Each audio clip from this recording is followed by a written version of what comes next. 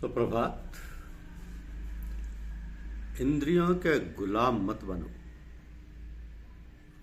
यह हमारी आज की आध्यात्मिक चर्चा का विषय। इंद्रियों के गुलाम मत बनो।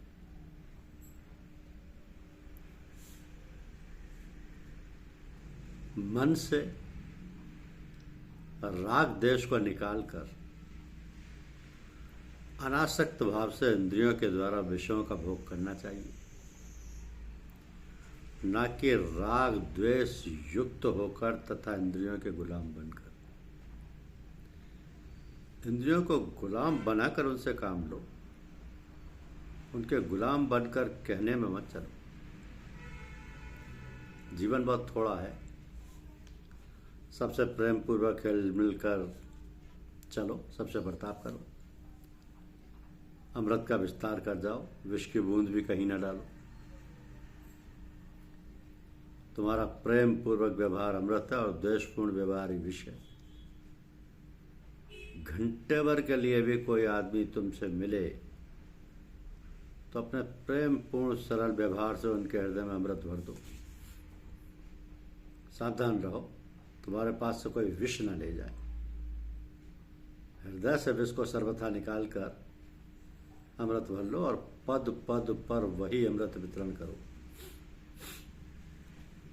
वर्ण जाति विद्या धन या पद में बड़े हो इसलिए अपने को बड़ा मत समझो। याद रखो, सब में एक राम ही रम रहा है। छोटा बड़ा व्यवहार है, ना कि आत्मा। व्यवहार में एक प्रकार की समता असंभव और हानिकारक है। व्यवहार में आवश्यकता अनुसार विषमता रखते हुए भी मन में समता रखो। आत्मा रूप से सबको एक सा समझो। किसी को अपने से छोटा समझकर उससे घृणा ना करो, ना अपने में बड़प्पन का अभिमान ही आने दो। बड़ा वही है जो अपने को सबसे छोटा मानता है। ये मंत्र सदा स्मरण रखो। ईश्वर सदा सर्वदा तुम्हारे साथ है, इस बात को कभी ना भूलो।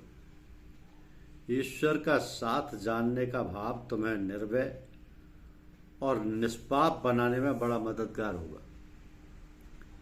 सचमुच ही ईश्वर सदा सबके साथ है। ईश्वर के अस्तित्व पर विश्वास करो और उस विश्वास को बढ़ाओ। जिस दिन ईश्वर की सत्ता का पूर्ण निश्चय हो जाएगा, उसी दिन तुम पाप रहे तो ईश्वर के सम्मुख हुए बिना नहीं रह सकोगे। तो अपने को सदा बलवान, निरोग, शक्ति संपन्न और पवित्र बनाओ। ऐसा बनाने के लिए यह निश्चय करना होगा कि मैं वास्तव में ऐसा ही हूं। असल में बात भी यही है, तुम शरीर नहीं आत्मा हो। आत्मा सदा ही बलवान, निरोग, शक्ति संपन्न और पवित्र है। देह को मैं मानकर कभी अपने को बलवान, निरोग, शक्ति संपन्न और पवित्र मत समझो। जो समझोगे तो झूठा अभिमान बढ़ेगा, क्योंकि देह में ये गुण है ही नहीं। देहाभिमान ही पाप है और यही सबसे बड़ी भूल है। तो या तो अपने को ईश्वर का पवित्र अभिन्न अंश आत्मा मानो, या उस प्राणेश्वर प्रभु का दास मानो। तो आत्मा तो पवित्र और बलवान है ही। प्रभुदास भी स्वामी की सत्ता से, मालिक के बल से, मालिक के समान ही पवित्र और बलवान बन जाता है। तो ईश्वर की कभी सीमा न बांधो। वो अनिर्वचनीय है, साकार भी है और निराकार भी है तथा दोनों से विलक्षण भी है। भक्त उसे जिस भाव से मानता है वो उसी भाव में प्रत्यक्ष है। यही तो ईश्वरत्व है। तो ईश्वर का स्वरूप या सृष्टि रचना के सिद्धांत का निर्णय करने के बखेड़े में ना पड़कर श्रद्धा भक्ति पूर्वक किसी भी एक बार को पकड़कर आगे बढ़ना शुरू कर दो। जो जो आगे बढ़ोगे रहस्य आप ही खुलता जाएगा।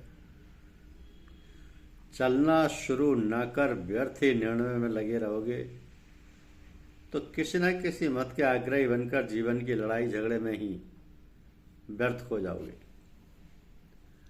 तत्व की प्राप्ति शास्त्रार्थ से नहीं होती, गुरुदेव की सेवा और उनके बतलाए हुए मार्ग पर श्रद्धा पूर्वक चलने से होती है। भोगों से वैराग्य करो। वैराग्य के लिए 4 बातें आवश्यक हैं: जगत में रमणीयता, सुख, स्नेह और सत्ता का त्याग। परमात्मा में राग करो, उसमें 4 बातें पूर्ण हैं, इनका अनुभव करो। कुसंग से सदा बचना चाहिए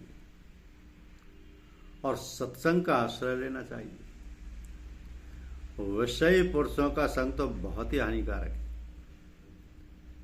चेतन की तो बात ही क्या है। मन को लुभाने वाली और इंद्रियों को आकर्षित करने वाली भोग्य वस्तुओं का संग त्याज्य है, त्याग दो उसे। ईश्वर के विरोध की बात कभी भूलकर भी नहीं कहनी चाहिए, ना सुननी चाहिए। ये सबसे बड़ा अपराध है।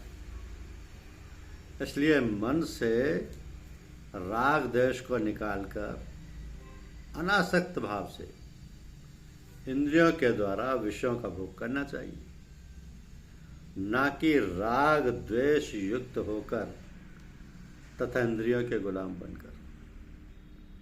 इंद्रियों को गुलाम बनाकर उनसे काम लो, उनके गुलाम बनकर कहने में मत चलो। क्योंकि 5 कर्मेंद्रियां और 5 ज्ञानेंद्रियां अगर आपके हिसाब से चल रही हैं तो परमात्मा प्राप्ति के रास्ते में कोई विघ्न नहीं आएगा और गुरुदेव के दया कृपा से अपने जीवन के लक्ष्य को प्राप्त कर लो। धन्यवाद। वीडियो को लाइक और सब्सक्राइब अवश्य करें। शुक्रिया।